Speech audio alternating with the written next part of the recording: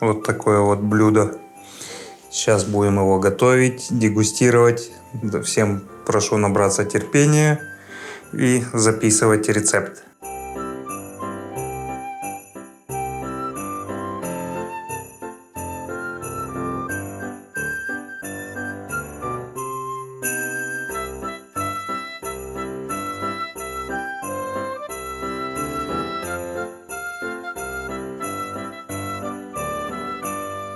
Вот неутолимо приближаются праздничные дни, до них остается все меньше и меньше. И какой же человек не любит, я имею в виду, который жил в России, в бывшем СССР, холодец. Но я сегодня буду показывать вам не просто холодец, а немецкую версию, которую иногда называют зельц. По-немецки это вообще звучит как зюльце.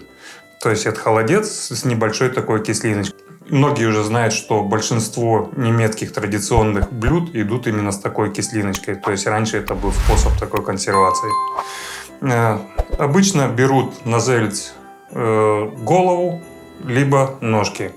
Брать можно, в принципе, все что угодно. Чем больше вот этих вот коллагеновых связок будет в мясе, тем лучше будет холодец.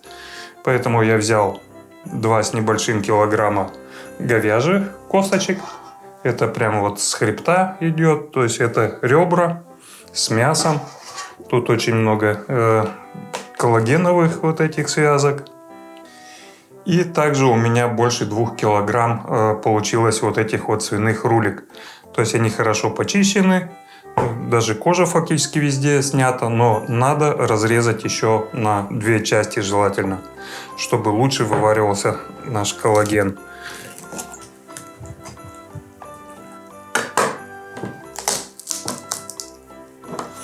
То есть вот видно, как она разделяется по суставам.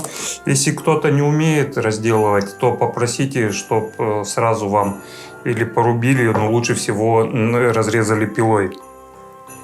Вот на 3 таких части я разделал одну голяшку. То есть здесь 2 с косточками, 1 просто в чистом виде мясо с сухожилиями с этими, которые дадут нам густоту.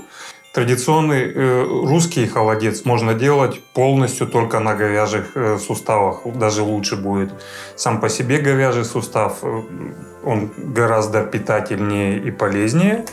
Но традиционно в Германии является мясо это свинина. То есть я сейчас разделаю еще 2 голяшки и продолжим. Мясо все я заложил, и получилось так, что фактически 10-литровая кастрюля полностью занята теперь мясом. Что туда еще пойдет? То есть у меня пойдут 3 луковицы, это на 4,5 килограмма мяса, простой перец горошком и душистый, 4 зубчика чеснока, я его раздавлю, пару лаврового листа и совсем немного, штук 6 гвоздичек. То есть сначала я сейчас поставлю воду на огонь. Просто боюсь, моя конструкция тут не выдержит нагрузки и может все разлететься. Поставлю на основную плиту. И когда закипит, то я обязательно сниму пену. Не бойтесь, потому что потом можно воду просто-напросто добавить. Ничего в этом страшного нету. И после того я уже засыплю все специи. Соль будет рассчитываться из воды, которую я туда налью, 50 грамм на 2,5 литра воды. Ну и вариться у меня это будет все 5 часов. На слабом бурлении 5 часов. Можно чуть поменьше, у кого есть скороварка, то вообще великолепно, 1-1,5. Ну, лучше, конечно, 1,5, и у вас будет великолепнейший уже фактически холодец. Но у меня только кастрюля, и то я взял на прокат у родителей. Так что встречаемся с вами, и я показываю, что я делаю дальше. Ну вот и прошло уже какое-то время. Можете заметить по моей прическе, я немного подготавливаюсь уже к праздникам. У нас суббота-воскресенье сочельник. Да, внешний вид немного привел себя в порядок. В прошлый раз я забыл сказать вам, что еще дополнительно положил в бульон, когда варил. То есть это стандартный немецкий набор. Надеюсь, сейчас я найду фотографию, здесь появится она. То есть это корень сельдерея, 2 морковки и лук-порей. То есть часть белая хорошая. И все это варил я даже немного больше, порядка 8-9 часов. Все закончилось. Но прежде чем приступить к разборке мяса, я хочу наполнить свою желейную часть, украсить немножко морковкой и зеленым горошком. Зеленый горошек, он замороженный, но морковка уже почищена.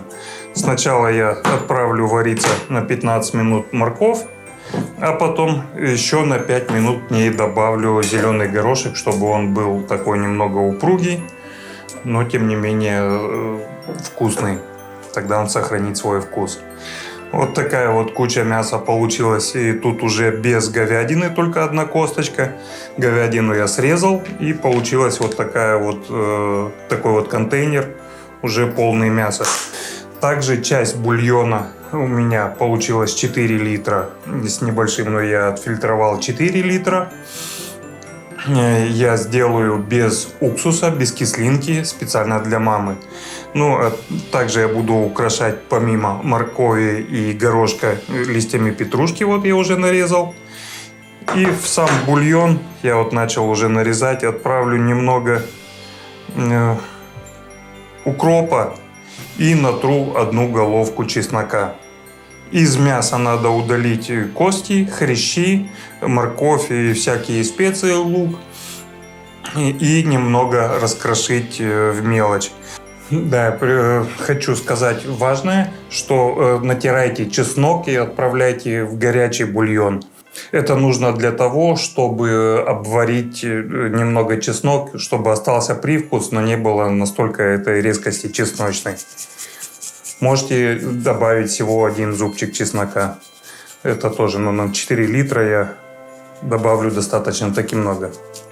Смотрите, я беру мясо, оно чуть-чуть остывшее, освобождаю полностью его от косточки и могу спокойно сделать вот как пулит-по, то есть рваную свинину. Но лучше я потом еще пройду ножом, чтобы точно сделать на сегменты. Можно делать даже кубиками, если вы отварили брюшину, допустим, свиную, с нее тоже делается вид зюльце, только он называется зауфляйш, то есть кислое мясо. То есть в дальнейшем я вот так вот возьму и еще дополнительно пройду ножом, чтобы, вот допустим, нет, не хрящик, чтобы уже точно знать, что больших кусков не осталось. И мне просто не нравится, когда в холодце, в зельце большие куски. Но это тоже имеет место быть. У каждого свои традиции, я имею в виду у каждой семьи. Вот обратите внимание, какая кожица стала. То есть можно и кожицу удалять и не пускать в зельце или в зюльце или в холодец. Но в некоторых семьях это принято, почему бы и нет. Вот все мясо я перебрал, измельчил, засыпал сюда говядину, которую до этого с косточек срезал, и все перемешал. Пока это все идет в сторонку, но скоро вернемся. Горошек сварился, и теперь надо только кружочками нарезать морковь. Вы можете сделать это там какими-то украшениями, звездочками, елочками. Я же просто нарежу вот на такие вот кругляшочки. Как я сказал прежде уже, то для мамы я сделаю без кислинки, то есть традиционный обычный наш холодец. В этом все знают, как делать, но есть 2 вида заполнения именно емкостей, когда можно будет кушать прям с самих емкостей, либо же перевернуть на тарелку и все получить таким бруском. Как сделать правильно зельц, именно перевернув, скоро вы увидите. Точно так же, сколько надо добавлять кислоты, какой кислоты, чтобы получить именно немецкий зюльце. Заполнять контейнеры мясом, какое количество в вашем холодце будет, тоже зависит от каждого. То есть от каждого из вас по желанию. Вообще зюльце делается достаточно таки с большим объемом мяса. Ну это, как я сказал, холодец для мамы. Так что сделаем классический примерно половина на половину. Также, если хотите получить чистый бульон и чистый ваш холодец, во-первых, надо варить, то есть чтобы закипело при минимальной температуре, то есть примерно чуть больше середины мощности конфорки. Потом убавить на минимум, чтобы легкое побулькивание только шло, и варить при открытой крышке. И когда наливаете, то дайте отстояться тогда вашему бульону и снимайте аккуратно верхнюю часть. Никакой мути у вас тогда не будет. И я не использую желатин, я пока разбирал мясо, столько вот этих вот коллагеновых веществ вытопилось, что просто все липнет к пальцам, поэтому нет необходимости. Хотя в зельц добавляется именно желатин. Этот я оставлю как он есть, я просто закрываю его крышкой и сейчас отнесу на балкон, потому что у нас сейчас минусовая температура по ночам. И он застынет.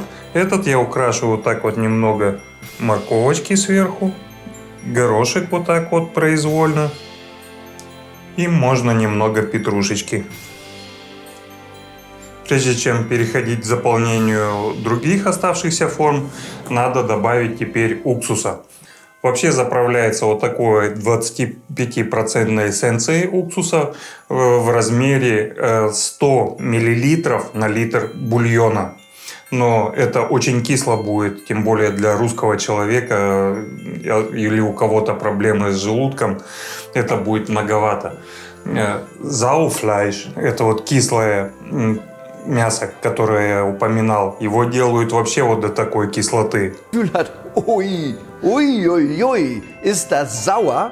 То есть, когда пробуешь бульон, он настолько кислый, что, как говорилось у нас в детстве, Москву видать. Поэтому я возьму всего лишь, это у меня яблочный уксус, и вместо 400 мл добавлю сюда порядка 150 мл. 25% вообще не буду пользоваться, чтобы была легенькая приятная кислинка. Но надо, кстати, тоже не забывать про то, что когда весь бульон остынет и все вкусы распространятся, то со временем кислота уменьшится, так же, как и в австрийском салате. Вот тут вот пройдите, посмотрите австрийский картофельный салат, хорошо к мясу. 150 мл я добавляю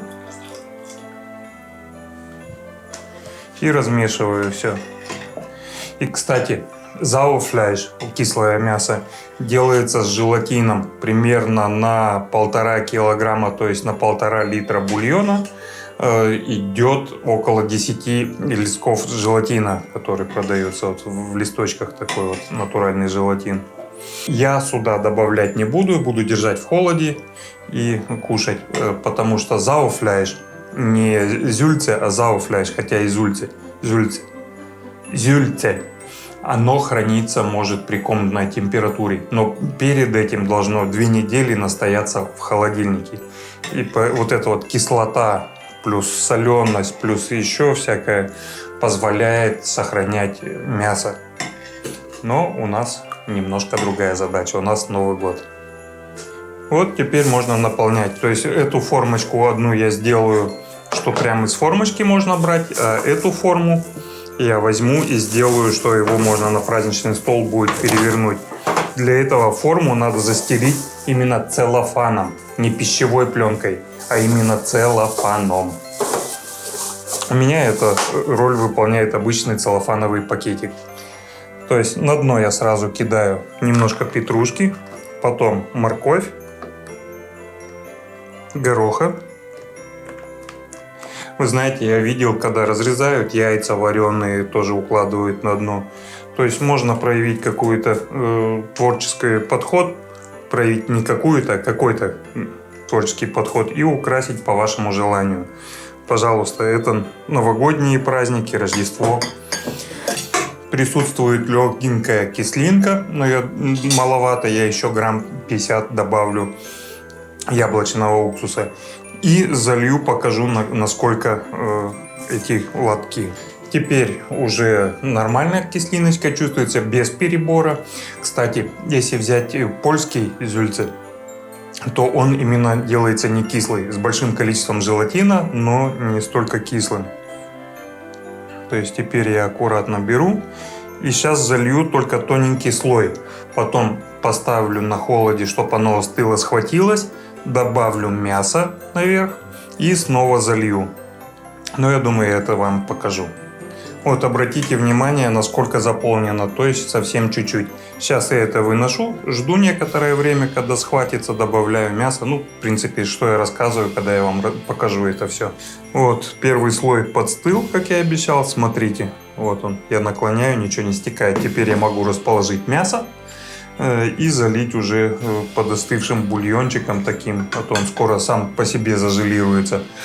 Забыл вам сказать про то, что когда варите бульон, снимайте, пожалуйста, жир тоже. Не только накипь, но и жир. Лучший способ, конечно, вот как сделал я, немного проварил, снимал, естественно, пену, потом выставил в прохладное место, и сверху у меня образовалась корка. Ну, это вы и сами много раз видели, такая белая.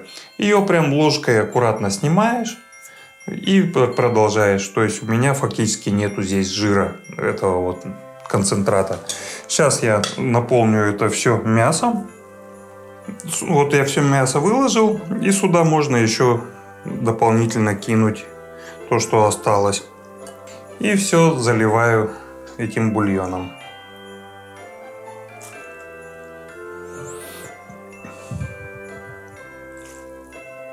Этот лоточек, он одноразовый, и я накрою его фольгой, просто оберну сверху и уберу тоже в холод. У меня остался бульон, и поскольку он кисленький, то его не стоит ни в коем случае тем более выливать. Я сделаю, просто залью холодец без мяса. Тоже должно получиться вкусно. Многим нравится. Можно, кстати, нарезать мелкими квадратиками и добавлять в салаты, в холодные салаты. Вот, прошло время, холодец застыл, сделал я уже приправу, то есть хрен и горчицу. Если вам будет интересно, то следующим роликом выйдет еще один короткий ролик, как я делаю дома, что хрен, что горчицу с горчичного порошка. Ну, а сейчас стоит все попробовать. Я отрежу небольшой кусочек. И, конечно же, первый кусочек я попробую без всяких добавок в чистом виде. Великолепный вкус, как по мне. То есть я на свой вкус не перекислил, хотя знаю, что чисто по немецким рецептам делают более кислую. Ну, скажем так, это русская версия немецкого зюльца или зельца. А теперь кусочек, сверху немного ядреной горчицы. И вот так вот. Простите, но иначе никак нельзя. Как же это вкусно с горчицей. Сейчас еще попробую с хреном. Потому что хрен и горчицу отдельно я пробовал. Я вам покажу сейчас. Но вот такое вот. Это просто великолепно. Друзья, если вам понравился этот рецепт, то повторите его, попробуйте. Не говорите сразу: нет, кислое я кушать не буду ни в коем случае. Попробуйте, может кому-то и понравится. Да, вот такое вот получается, что хрен, что холодец, что горчицу в Германии немцы тоже очень любят. Так что можно обмениваться таким вот небольшим опытом. Если вам понравилось, то ставьте лайки, подписывайтесь, дергайте за колоколец, составляйте свои комментарии, свои мысли. Может, вы как-то по-другому готовите, потому что я знаю, вариантов множество. Также проходите в телеграм-канал, подписывайтесь. Я там иногда делаю предпосты какие-то, то есть стараюсь разнообразить и заинтриговать предстоящими блюдами и рецептами. Ну а вам я желаю отличного настроения в преддверии праздников предстоящих. Готовьтесь, запасайтесь уже, делайте закупки. Готовьтесь, то, что после праздников придет следующий день. Я, скорее всего, сделаю похмельный супчик, рецепт на следующей неделе, может быть, на этой. А так, оставайтесь, самое главное, здоровыми и берегите друг друга. Всем любви, счастья. Жду вас снова на презентации моих горчицы и хрена, ну и на последующих роликах. Всем до скорой встречи. Пока.